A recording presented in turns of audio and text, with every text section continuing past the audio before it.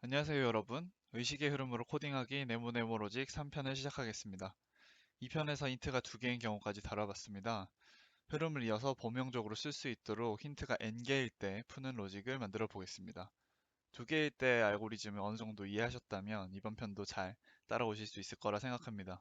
그럼 본격적으로 시작하겠습니다. 의식의 흐름을 따라가 보기 위해 1편과 2편에서 짠 코딩의 일부를 보겠습니다. 1편에서는 힌트 숫자가 1개인 경우, 2편에서는 2개인 경우였습니다. 두 코딩에서 어떤 차이가 보이시나요? 1개일 때는 이중포문, 2개일 땐 삼중포문을 썼습니다. 원설브는 변수 i 하나만 사용하였고, 투설브는 변수 ij를 사용해야 하기에 어쩔 수 없었습니다. 여기서 문제입니다. 여태까지의 방법으로 코딩을 한다면 힌트가 n개인 경우 몇 중 포문을 써야 할까요? 예상하신 대로 n 플러스 1중 포문입니다. 3중도 저렇게 복잡한데 n 플러스 1중은 오죽할까요? 더군다나 3중이면 3중이고 4중이면 4중이지 n 플러스 1중 포문은 도저히 구상조차 안 되더라고요. 어찌합니까? 어떻게? 죄송합니다. 아무튼 이런 사태를 예방하기 위해서 변수 여러 개를 쓰지 않고 경우의 수를 나열할 수 있는 묘책이 필요합니다. 우리가 이진법 숫자와 마찬가지로 0과 1로만 칸을 채우고 있는 점에 차가 나요. 이진법 수를 더하는 알고리즘을 채용하면 모든 경우의 수를 얻을 수 있습니다. 다만 검토해야 하는 경우의 수가 문제의 길이가 길어질수록 지수함수 형태로 늘어나 버린다는 것이 큰 단점이죠. 하지만 다른 방법이 떠오르지 않으니 이 방법을 진행해 보려고 합니다. 이진법 더하기를 위한 알고리즘을 생각해 보면 첫 번째, 모든 칸을 0으로 세팅합니다. 두 번째로 포문을 통해 매번 1씩 더하면 됩니다. 경우의 수가 총 2의 n승이니 그만큼 반복합니다. 그리고 세 번째 가장 중요한 규칙은 더해서 2가 되면 해당 칸을 0으로 바꾸고 다음 칸에 1을 더한 겁니다. 실제로 십진법에서 덧셈을 할 때를 생각해 보면 마지막 규칙이 쉽게 이해가 되실 겁니다. 이 규칙을 가지고 코딩을 해보겠습니다. 먼저 초기 조건을 만족시키기 위해서 0으로 채워진 템프캔 리스트를 만듭니다.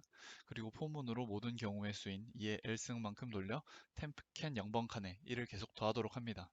세 번째, 더해서 2가 되면 0으로 바꾸고 자릿수 하나 위에 1 올리는 메커니즘을 넣습니다. 매번 템프캔을 프린트하면 결과가 잘 나오네요. 프린트가 왜 폼은 처음에 나왔냐면 첫 번째 순서가 0으로 꽉 찬 케이스이기 때문에 더하는 코드를 거치기 전에 프린트를 해야 합니다.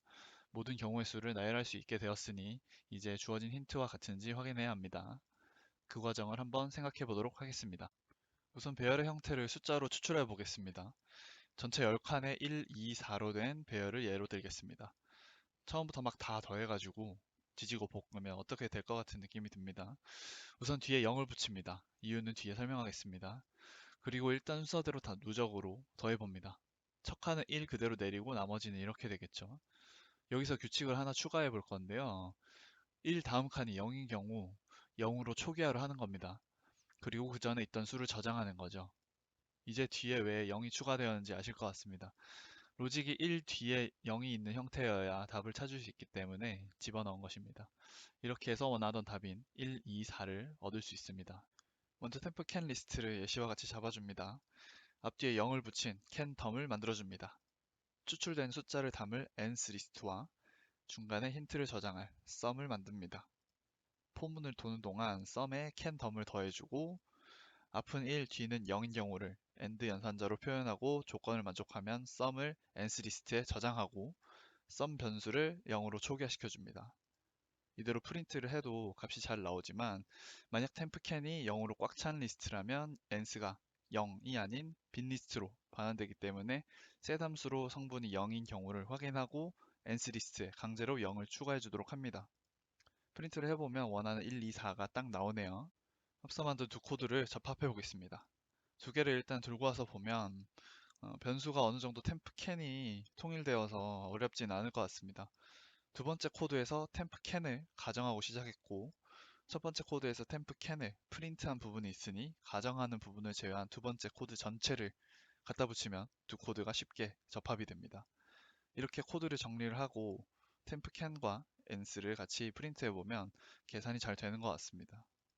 이제 템프캔의 배치가 힌트와 같은지 비교해서 추리는 작업을 해보겠습니다. 힌트가 1, 2, 4인 경우를 다 뽑아보겠습니다.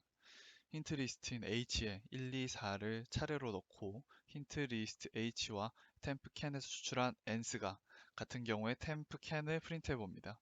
그러면 힌트가 1, 2, 4인 모든 경우의 수가 처음부터 끝까지 잘 나온 게 확인됩니다. 이제 횟수를 카운트하고 리스트를 다 더한 뒤 횟수와 비교해서 모든 경우가 채워지는 칸을 찾아보겠습니다. 기존의 결과를 처리하기 위해서 횟수 n과 리스트의 합인 sum 리스트를 만듭니다. 힌트와 템프 캔의 상태가 일치할 경우 sum에 템프 캔의 성분을 더해주고 그때마다 횟수를 카운트해줍니다. 이후에 포문을 빠져나와 1, 2편에서 사용한 코드를 그대로 사용합니다. 여기까지 하면 드디어 원하던 결과가 나옵니다. 이제 여느 때와 마찬가지로 함수화를 해야 합니다. 코드가 너무 길어서 중간 부분 생략했는데 사실상 처음 부분과 마지막 부분만 바꾸면 되어서 이해하는데 어렵지 않으리라 생각합니다. 동일한 요령으로 함수 이름은 nsolve로 하고 입력값인 l과 h를 잡아주고 출력값인 result를 리턴해주면 함수화까지 마무리됩니다. 한 가지 예시로 문제를 풀어보면 답이 잘 나오는 것을 확인할 수가 있습니다. 힌트가 n개일 때까지 알고리즘 구현에 성공했네요. 이제 이걸 가지고 네모네모 로직에 실제로 적용할 수 있는 방법에 대해 다음 시간에 다루도록 하겠습니다. 아직 가야 할 길이 많이 남았지만 코어 알고리즘은 거진 다 만들어졌다고 봅니다. 다음 편을 기대해 주세요. 시청해 주셔서 감사합니다.